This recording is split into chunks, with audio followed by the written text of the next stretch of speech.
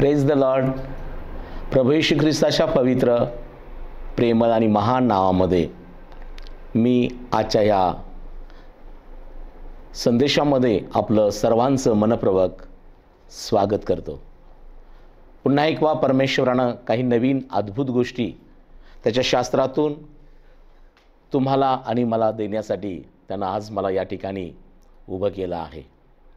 प्रियजनांनो, या दिवसामध्ये परमेश्वर त्याच्या दुसऱ्या आगमनाची तयारी झालेली आहे. त्यानं वचन आपल्याला अभिवचन दिलं आहे की पहा मी लवकर येतो. आणि म्हणून प्रगटीकरण 22:12 मध्ये तो म्हणतो, पहा मी लवकर येतो आणि प्रत्येकाला ज्याच्या त्याच्या कृतीप्रमाणे देण्यास माझ्याजवळ वेतन आहे. आणि मी तर म्हणेन त्याच्याजवळ, त्या प्रभू येशू ख्रिस्ताजवळ तुमच्या आणि माझ्यासाठी फक्त वेतन नाही तर वतन पण आहे. माझ्या प्रियानो, जर परमेश्वराकडून आम्हाला वेतन आणि वतन प्राप्त करून घ्यायचं असेल तर या दिवसामध्ये आध्यात्मिक जागृती फार महत्त्वाची आहे. कारण शास्त्रामध्ये प्रभू येशू ख्रिस्तानं दिलेलं प्रत्येक अभिवचन हे या दिवसामध्ये पूर्ण होत आहे. प्रभू येशूनं म्हटलेलं आहे की शेवटल्या काळामध्ये राज्य राज्यावर उठेल, राष्ट्रे राष्ट्रावर उठतील, जागोजागी भूकंप, दुष्काळ या गोष्टीचा प्रारंभ होईल. आणि आज जेव्हा आम्ही सभोवताली नजर टाकतो तर या सगळ्या गोष्टी आज आम्हाला पाहायला मिळतात. प्रियानो, घरामधली परिस्थिती, समाजातली परिस्थिती, आपल्या राज्यात आणि देशामध्ये आणि देशाच्या बाहेर अनेक राष्ट्रांमध्ये उद्भवलेले हे पेच प्रसंग पाहता कधी कधी प्रियानो आज आपलं धीर सुटून मनाचं खच्चीकरण होतं. पण आज मी आनंदाची बातमी सांगतो, जो येईल तो येईल, तो उशीर करणार नाही. परंतु जे आम्ही तयार आहोत ते नक्की आम्ही त्याचबरोबर घेतले जाणार आहोत. तर प्रभू येशू ख्रिस्तानं स्वतः म्हटलेलं आहे, जात्यावर दळणाऱ्या दोघीतून एक घेतली जाईल, शेतात काम करणाऱ्या दोघातून एक घेतला जाईल. पण आज आपण स्वतःचं परीक्षण करूया. जर आम्हाला एक विश्वासणारा, तारण पावलेली व्यक्ती म्हणून प्रभू सहित त्याच्या सार्वकालिक जीवनात जायचं आहे, आपल्याला मंडळी म्हणून तो वर जेव्हा येईल तेव्हा ती निर्दोष, निष्कलंक अशी वधू म्हणून आपण उचलले जाणार आहोत. परंतु प्रियानो, या दिवसामध्ये आम्ही जागृत राहणं, सावध असणं फार महत्त्वाचं आहे. म्हणून आजचा संदेश सावध असा, जागृत राहा याविषयी आहे. आजचा संदेश ऐकत असताना तुम्ही सर्वांनी याकडे सावधानतेचा इशारा म्हणून हा संदेश सावध राहून आणि जागृत राहून ऐकावा ही नम्र विनंती. आजच्या या संदेशासाठी पवित्र शास्त्रातून पेत्राचे पहिले पत्र आणि 5वा अध्याय आणि 1 पासून 11 ही वचनं आज यावरती आपण विशेष मनन करणार आहोत. प्रियानो, पेत्रानं या ठिकाणी पवित्र शास्त्रामध्ये या पहिल्या पेत्राच्या पत्रामध्ये मंडळीला त्यानं बोध केलेला आहे, मंडळीला सावधानतेचा इशारा दिलेला आहे. आपणास ठाऊक आहे की पेत्राची पहिल्यांदा जेव्हा येशू ख्रिस्ताशी भेट झाली तेव्हा तो रात्रभर त्यानं जाळं टाकलं, पण एकही मासा त्याच्या जाळ्यात सापडला नव्हता.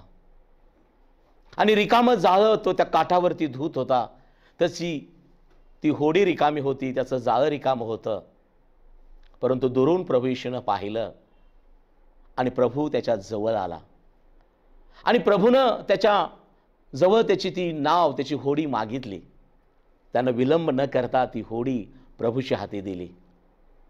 माझ्या प्रियानो, शास्त्र सांगतं देव कुणाचे उपकार ठेवून घेत नाही. जेव्हा पेत्रानं प्रभू येशू ख्रिस्ताला ती होडी दिली त्यावेळेला प्रभू येशूनं त्याच्या होडीतून, त्या नावेतून जनसमुदायाला शिक्षण दिलं, स्वर्गाच्या अद्भुत गोष्टी सांगितल्या, आजाऱ्यांना बरं केलं आणि लोक आशीर्वादित झाले. परंतु प्रभू येशू पेत्राला त्याच्या रिकाम्या जाळ्याकडं, त्याच्या रिकाम्या बोटीकडं, त्याचं ते रात्रभर केलेलं कष्ट जाणून होता. प्रियानो, जेव्हा आम्ही प्रभूसाठी जे काही करतो, आम्ही प्रभूला जेव्हा आपल्या वेळेचं समर्पण करतो, आम्ही जेव्हा प्रभूला स्वतःचं समर्पण करतो, आम्ही देवाचा शब्द ऐकतो, तेव्हा नक्की देव आमच्याकडे वळतो, देव आमचं ऐकतो, देव आमचं सहाय्य करतो. आणि पेत्राला प्रभू येशूनं सांगितलं की जाळं या ठिकाणी तू टाक. पेत्र सुरुवातीला काकू करत होता, प्रभू मी रात्रभर कष्ट करून जाळं टाकलं पण एकही मासा मिळाला नाही. प्रियानो, जेव्हा मनुष्याची लिमिट किंवा बेत संपतात तेव्हा देवाचं कार्य सुरू होतं. म्हणून दावीद राजा म्हणतो, परमेश्वर किती चांगला आहे याचा अनुभव घेऊन पहा. आज मी देवाचा सेवक तुम्हाला सांगत आहे, तुमच्या ताकदीनं, तुमच्या ज्ञानानं, तुमच्या अनेक प्रयत्नानं किंवा प्लॅननं तुम्ही अनेक गोष्टी मिळवायचा प्रयत्न केला असाल, पण अपयशच पदरी आला असेल. पण आनंदाची गोष्ट ही आहे की जेव्हा मी येशू ख्रिस्ताकडे वळतो, त्याचं ऐकतो आणि तो त्याचं वचन ज्याप्रमाणे सांगतं त्याप्रमाणे आम्ही प्रार्थना करू लागतो, त्याप्रमाणे आम्ही वागू वर्तू लागतो, तेव्हा देव आपलं दूत पाठवून, देवदूत पाठवून, आपलं वचन पाठवून, आपल्या पवित्र आत्म्याद्वारे आम्हाला भरघोस यश दिल्याशिवाय तो राहत नाही. आणि मग अपयश निघून जातं, आजार निघून जातात, गरिबी निघून जाते. याचा अनुभव पेत्राने घेतला. आणि पेत्रानं जाळं, प्रभू तू म्हणतोस म्हणून मी जाळं टाकतो. आणि पेत्राचं जाळं भरपूर माशानं भरलं. पेत्र आशीर्वादित झाला. त्याच्याजवळ आर्थिक मुबलता सुरू झाली. परंतु त्या पेत्रानं ते मासे आपल्या इतर जे त्याचे भागीदार होते त्यांनाही दिलं, याकोब, योहान. आज मी देवाचा सेवक यातून काय सांगू इच्छित आहे की पेत्रानं येशूचा अनुभव घेतला. तो खरं तर म्हणत होता, प्रभू माझ्यापासून दूर जा. पण येशू म्हणाला, आज तू मासे धरलेस, येणाऱ्या दिवसात तू माणसे धरशील. आणि त्याच प्रभू येशू ख्रिस्तानं प्रियानो त्या पेत्राला प्रियानो मासे देऊन आशीर्वादित तर केलंच, परंतु तो पेत्र येशू ख्रिस्ताला ओळखू लागला, येशूवर राहू लागला. परंतु त्याच्यानंतर आम्हाला पाहायला मिळतं की पेत्रानं येशूला नाकारलं. परंतु पश्चाताप केल्यानंतर प्रभूनं पुन्हा त्या पेत्राला अभिवचन दिलं. काय अभिवचन दिलं? की मी या खडकावर आपली मंडळी रचेन आणि अधोलोकांच्या द्वाराचं काही चालणार नाही. तू पेत्रा आहेस. प्रियानो, प्रभू येशूनं पुन्हा पेत्राला मंडळीची जबाबदारी दिली. आणि येशू ख्रिस्त म्हणाला, तू माझ्या कोकरांना चार, माझ्या मेंढरांना चार. आणि प्रियानो, पेत्रानं हे अभिवचन, ही जबाबदारी, हे पाचारण स्वीकारलं. आज मी देवाचा सेवक तुम्हाला सांगत आहे, काही वर्षापूर्वी तुमचं जाळं, तुमचं कुटुंब, तुमचं आर्थिकरित्या तुम्ही रिकामे होता, पण प्रभू येशूनं तुम्हाला आशीर्वाद दिलेला आहे. प्रभूने एक छोटंसं काम दिलं असेल, चांगली नोकरी दिली असेल, चांगलं पत्नी, कुटुंब यामध्ये परमेश्वराने तुम्हाला आशीर्वादित केलेला आहे. याचा आम्हाला विसर पडता कामा नये. आणि आता हा पेत्र, जो येशू ख्रिस्ताला अनुभवलेला पेत्र, जो येशू ख्रिस्ताचा आशीर्वाद घेतलेला, जबाबदारीने पाचारण ओळखलेला पेत्र मंडळीला काय सांगत आहे? 5वा अध्याय पेत्राचं पहिल्या पत्रामध्ये, तुम्हातील वडील मंडळीला जो मी सोबतीचा वडील, ख्रिस्ताच्या दुःखाचा साक्षी व प्रगट होणाऱ्या गौरवाचा विभागी तो मी बोध करीतो. तुम्हामधील देवाच्या कल्पाचे पालन करा. भाग पडते म्हणून नव्हे, तर देवाच्या इच्छेप्रमाणे संतोषाने त्याची देखरेख करा. द्रव्य लोभानी नव्हे, तर उत्सुकतेने करा. तुमच्या दिमतीच्या लोकावर धनीपणा करणारे असे नव्हे, तर कल्पाला किती व्हाल असे करा. मग मुख्य मेंढपाळ प्रगट होईल, तेव्हा तुम्हाला गौरवाचा न कोमेजणारा हार प्राप्त होईल. तसेच तरुणांनो, वडिलांच्या अधीन राहणे, एकमेकांची सेवा करण्यासाठी तुम्ही सर्वजण नम्रतारूपी कमर बांधा. कारण देव गर्विष्ठांचा विरोध करीतो आणि लीनावर कृपा करतो. यास्तव देवाच्या पराक्रमी हाताखाली लीन व्हा, यासाठी की त्याने योग्य वेळ तुम्हास उंच करावे. त्याचवर तुम्ही आपली सर्व चिंता टाका, कारण तो तुमची काळजी घेतो. सावध असा, जागे राहा. तुमचा शत्रू सैतान हा गर्जणाऱ्या सिंहासारखे कोणाला गिळावे हे शोधित फिरतो. त्याच्या विरुद्ध विश्वासात दृढ असे उभे राहा. जगातील तुमच्या बंधुवर्गाला हीच दुःखे नेमल्याप्रमाणे होत आहेत, हे लक्षात असू द्या. तुम्ही थोडा वेळ दुःख सोसल्यावर आपल्या सार्वकालिक गौरवात यावे, म्हणून ज्याने ख्रिस्तामध्ये तुम्हास पाचारण केले तो सर्व कृपेचा देव स्वतः तुम्हास पूर्ण दृढ व सबल करील, त्याला युगानुयुग पराक्रम असो, आमेन. प्रियानो, पवित्र शास्त्रामध्ये पेत्राच्या पहिल्या पत्रामध्ये 5वा अध्याय 1 ते 11 वचन आज आपण वाचन केलं. परमेश्वर पेत्राच्या या पत्राद्वारे किंवा त्या वचनातून आज आम्हाला काय बोध करत आहे? जे संदेशाचं टायटलच असं आहे की सावध असा आणि जागे राहा. 2 गोष्टी यामध्ये महत्त्वाच्या आहेत की प्रियानो, आम्ही सावध असणं आणि जागृत राहणं महत्त्वाचं आहे. कुणाच्या बाबतीमध्ये? तर शत्रूच्या बाबतीमध्ये. प्रियानो, आपला शत्रू कोण आहे? तुमच्या घरातील लोक तुमचे शत्रू नाहीत. तुम्ही ज्या ठिकाणी काम करता त्या कामाच्या ठिकाणचे तुमचे लोक शत्रू नाहीत. ज्या समाजात ज्या लोकांमध्ये आम्ही वावरतो तिथं आपले शत्रू नाहीत. आज आपण शत्रू कोण आहे? बायबल देवाच्या दृष्टिकोनातून देवाचं वचन सांगतं आपला शत्रू कोण आहे. 8व्या वचनात लिहिलं आहे की तुमचा शत्रू सैतान हा गर्जणाऱ्या सिंहासारखा आहे. सैतान हा आपला शत्रू आहे. तो सुरुवातीपासून देवाविरुद्ध आणि देवाच्या लोकांविरुद्ध तो कार्य करतो. सैतान हा गर्जणाऱ्या सिंहासारखा आहे असं शास्त्रात पेत्रानं उल्लेख केलेला आहे. मी तर त्याच्या पुढे जाऊन सांगेन की आपल्या मराठी मोदी भाषेमध्ये सैतान हा फक्त गर्जणाऱ्या सिंहासारखा नाही तर पिसाळलेल्या कुत्र्यासारखा समान आहे. आपल्याला ठाऊक आहे, जेव्हा एखादा कुत्रा फिसलतो तेव्हा तो प्रत्येकाचा चावा घेतल्याशिवाय तो राहत नाही. त्याच्या समोर तो कोण आहे हे महत्वाचं नाही. पक्षी असो, प्राणी असो, मनुष्य असो, स्त्री पुरुष, एकदा का तो पिसाळला की तो सर्वांना चावत सुटतो. प्रियानो, आज मी देवाचा सेवक तुम्हाला सांगत आहे की पहिली गोष्ट ही आहे की शत्रू हा सैतान आहे.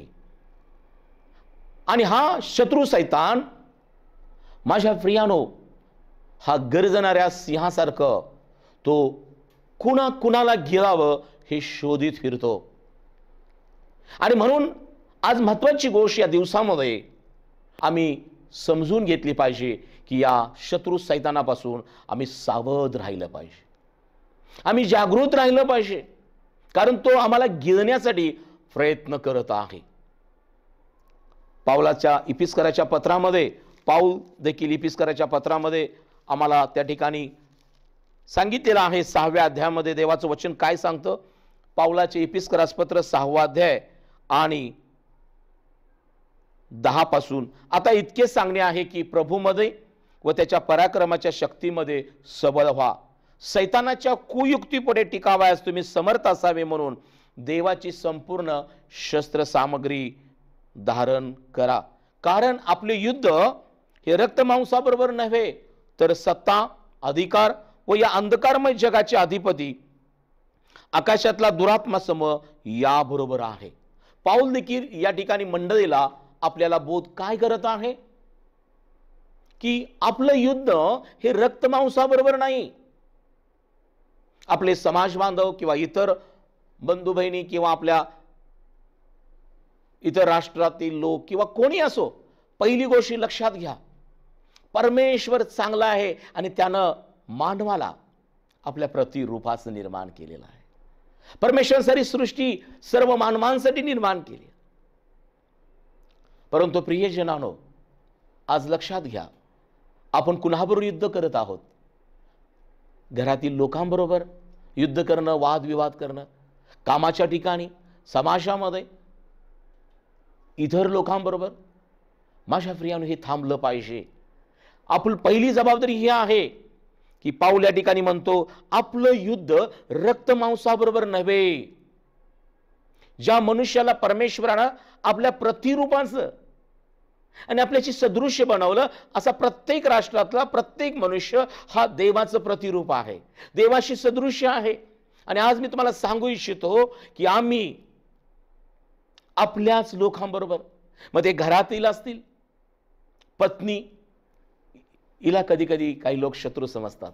तू माझी शत्रू आहेस, काही स्त्रिया पुरुषाला तुम्ही माझे शत्रू आहात, आई वडिलांना शत्रू समजत असाल, मुलांना, नातेवाईकांना विनाकारण वाद करणे, विनाकारण दोष देणे, दोष काढणे, चहाडी करणे, माझ्या प्रियाने यामुळं आम्ही आपल्या नात्यामध्येच शत्रुत्व उत्पन्न करत आहोत. आजचा संदेश ऐकून प्रियजनांनो, तुम्ही एकमेकाला क्षमा करावी आणि जे शत्रुत्व नात्यामध्ये, जे शत्रुत्व मैत्रीमध्ये, जे शत्रुत्व समाजामध्ये आहे ते थांबणं फार गरजेचं आहे. कारण परमेश्वर म्हणतो, देवाचं वचन या ठिकाणी सांगतं की आपलं युद्ध हे रक्त मांसाबरोबर नव्हे तर कुणाबरोबर आहे? सत्ता, अधिकार व या अंधकारमय जगाचे अधिपती आणि आकाशातला दुरात्मा समूह याबरोबर आहे. आणि म्हणून जर या सत्ता, अधिकार व अंधकारमय जगातला जो दुरात्मा आहे याच्याबरोबर जर लढायचं असेल, त्याला जर हरवायचं असेल, तर पहिली गोष्ट आमच्या जीवनामध्ये आम्ही कोणती करायला पाहिजे? तर पाऊल सांगतो, प्रभूमध्ये व त्याच्या पराक्रमाच्या शक्तीमध्ये सबळ व्हा. आम्ही प्रभूमध्ये असणं फार महत्वाचं आहे आणि परमेश्वराच्या पराक्रमी हाताखाली सबळ असणं. कारण शास्त्र सांगतं, परमेश्वर हा सहाय्य करणाऱ्या वीरासारखा आहे. परमेश्वर म्हणतो, हे युद्ध तुझं नाही, माझं आहे, मी तुझ्या बाजूला लढेन. जेव्हा आम्ही देवाच्या पराक्रमी हाताखाली लीन होतो तेव्हा देव आमच्या बाजूने लढतो. आणि म्हणून याकोबाच्या पत्रामध्ये देखील आम्हाला पाहायला मिळतं, आमची पहिली जबाबदारी काय आहे? याकोबाच्या पत्रामध्ये 4 अध्याय आणि 7 वचन, यास्तव देवाच्या अधीन व्हा, सैतानाविरुद्ध आडवे व्हा, म्हणजे तो तुम्हापासून पळेल. देवाच्या अधीन व्हा आणि सैतानाविरुद्ध आडवे व्हा, म्हणजे तो तुम्हापासून पळून जाईल. आमची शक्तीनं, आमच्या ज्ञानानं, बुद्धीनं आम्ही जगातला जो विरोध किंवा अनेक ज्या गोष्टी पापाद्वारे, मोहाद्वारे सैतान वेगवेगळ्या लोकांच्याद्वारे आम्हाला पाडण्याचा प्रयत्न करतो, त्यांना आम्ही पळवू किंवा पाडू शकत नाही. म्हणून आज मी देवाचा सेवक तुम्हाला सांगू इच्छितो, शास्त्र काय सांगतं? यास्तव जर सैतानाला हरवायचं असेल, सैतानाला तुमच्यापासून पळवून घालवायचं असेल, जो शत्रू सैतान तुम्हा विरुद्ध षडयंत्र रचतो, कधी कधी जवळच्या लोकांपासून, घरातील लोकांकडूनच त्यांना तुमच्या विरुद्ध राग उत्पन्न करतो. काही लोक आपल्या विरुद्ध अपशब्द बोलतात, दोष लावतात. जर त्यांचे मुख बंद व्हायचे असतील, त्यांचे कटकारस्थान थांबवायचे असेल, तर आमची जबाबदारी आहे, शास्त्र सांगतं की देवाच्या अधीन व्हा आणि सैतानाविरुद्ध आडवे व्हा, म्हणजे तो तुम्हापासून पळून जाईल. म्हणून पहिली गोष्ट, आम्ही देवाच्या अधीन होणं ही फार महत्वाची आहे. आणि दुसरी महत्वाची गोष्ट या ठिकाणी पेत्राच्या पत्रात तो म्हणतो, देवाचा सेवक काय म्हणत आहे? 5वं वचन, पेत्राचं पहिलं पत्र 5वा अध्याय आणि 5वं वचन 5:5, तरुणानो वडिलांच्या अधीन रहा आणि एकमेकांची सेवा करण्यासाठी तुम्ही सर्वजण नम्रता रूपी कमर बांधा. दुसरा महत्वाचा स्वभाव कोणता पाहिजे? तर आम्ही नम्रता रूपी कमर बांधणं. 6व्या वचनात म्हणले, यास्तव देवाच्या पराक्रमी हाताखाली लीन व्हा, यासाठी की त्यांनी योग्य वेळ तुम्हास उंच करावे. पहिली गोष्ट आम्ही पाहत आहोत की सैतान हा शत्रू आहे आणि या शत्रू सैतानाला जर तुम्ही पळवायचं असेल, त्याच्यापासून तुम्हाला विजय प्राप्त व्हायचा असेल, तर पहिली गोष्ट आम्ही देवाच्या अधीन होणं. दुसरी गोष्ट आम्ही नम्र होणं हे फार महत्वाचे आहे. परिणाम काय होतात? तर बायबलमध्ये लिहिलेलं आहे की देव योग्य वेळ तुम्हास उंच करेल. पण प्रभू येशूने स्वतः म्हटलेलं आहे, जो स्वतःला उंच करीतो तो नमविला जाईल, पण जो स्वतःला नमवितो तो उंच केला जाईल. प्रियानो, आज आम्ही काय करत आहोत? आम्ही स्वतःला उंच करत आहोत, नमवलं जाणार आहोत. परंतु जेव्हा आम्ही प्रभूला उंच करू आणि स्वतः नम्र होऊ, तेव्हा देव आम्हाला उंच करतो. आणि म्हणून आम्हाला पाहायला मिळतं, हा जो शत्रू सैतान आहे, माझ्या प्रियानो, हा मनुष्याला पाडण्याचा, पतन करण्याचा प्रयत्न करतो. आणि म्हणून पासून तो कार्य करत आहे. आदाम आणि हव्वा, आम्हाला ठाऊक आहे पवित्र शास्त्रात उत्पत्तीच्या पुस्तकामध्ये परमेश्वराने त्यांना सावध असा जागृत राहा म्हणून सांगितलं होतं. या बागेतील कोणत्याही झाडाचं फळ येथेच खा, परंतु सावध राहा त्या मधल्या झाडाच्या फळाबद्दल. त्याचं फळ खाऊ नका, जर खाल तर मराल. परमेश्वराने सावधानतेचा इशारा दिला होता. परमेश्वराने त्यांना जागृत राहण्याचा इशारा दिला होता.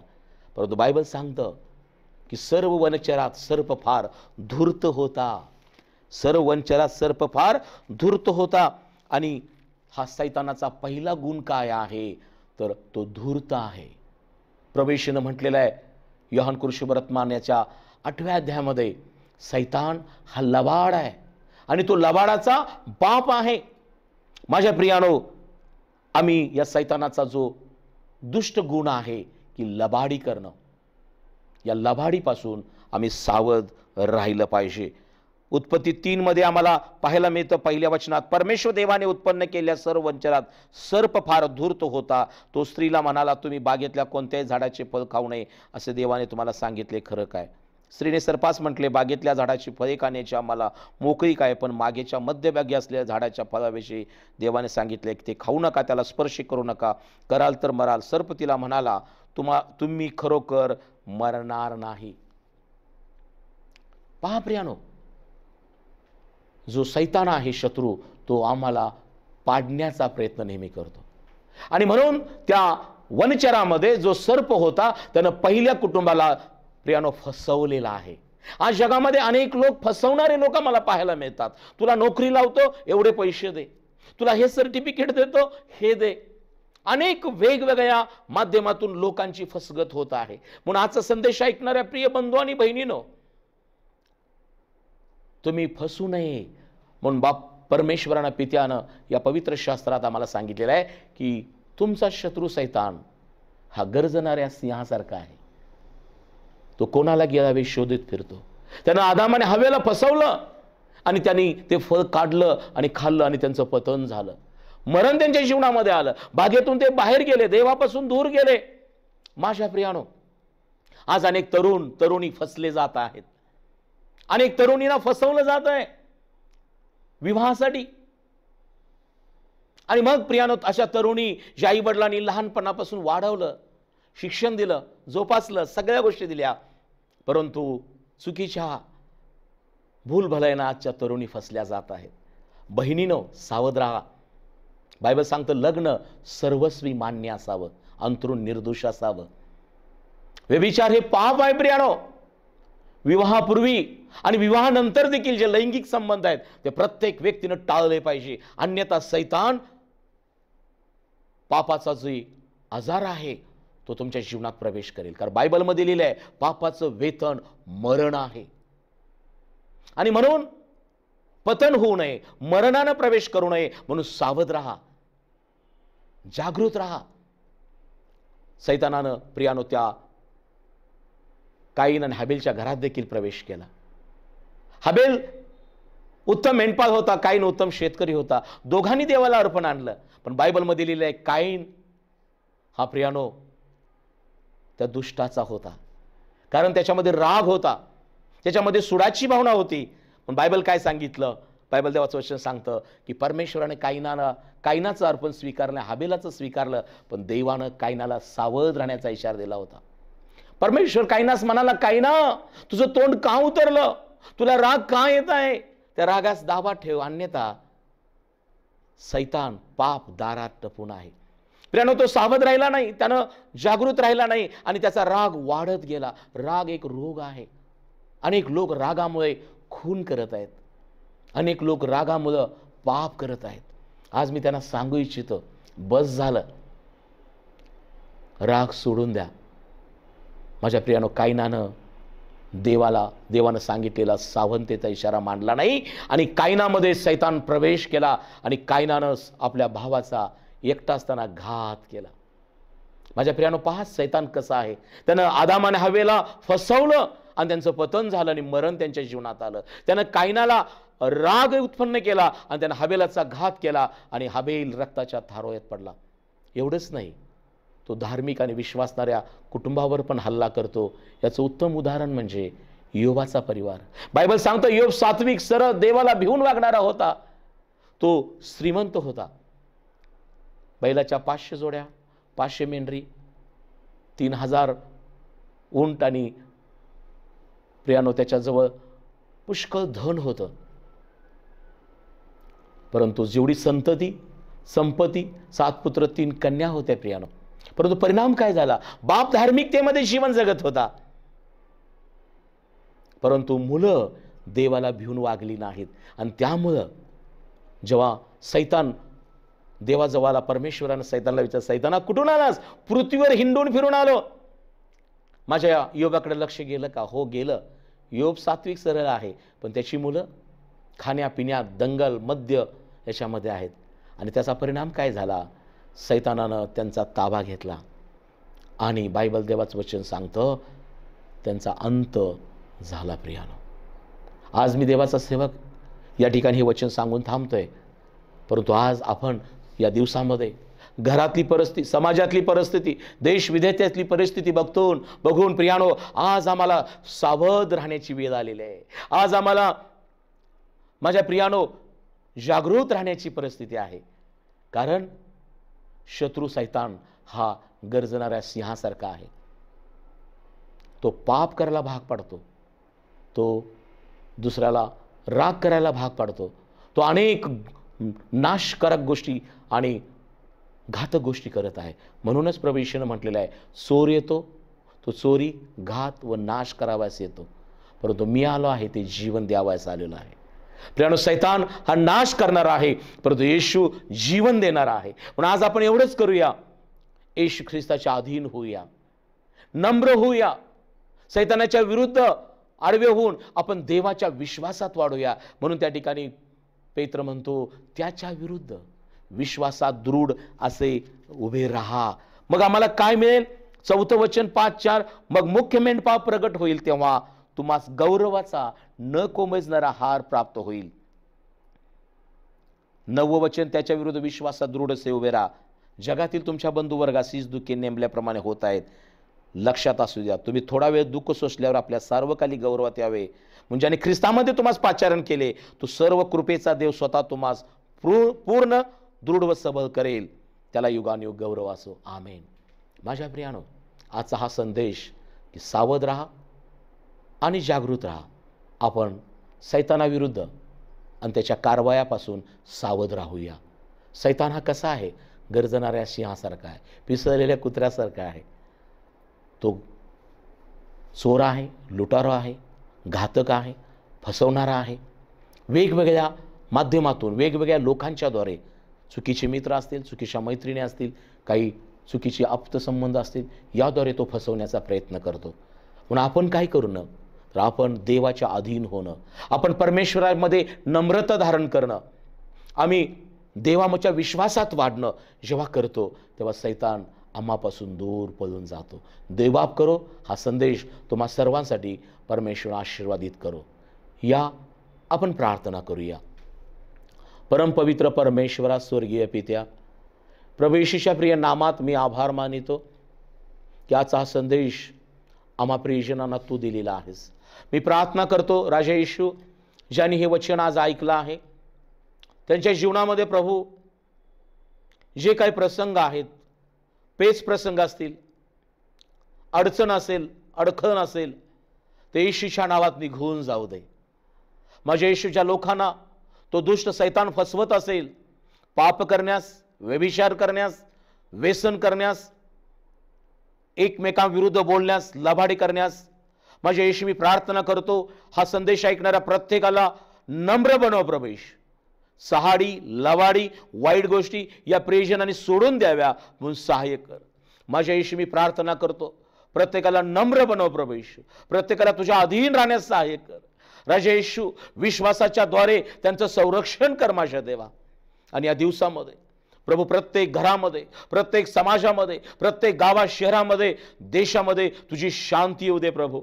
आणि प्रत्येकाला या दुष्ट सैतानापासून, त्याच्या कारवायापासून राजा येशू सांभाळ अशी प्रार्थना करतो. येशूच्या नावाने मागतो. आमेन. देवबाप तुम्हाला आशीर्वादित करो. Praise the Lord.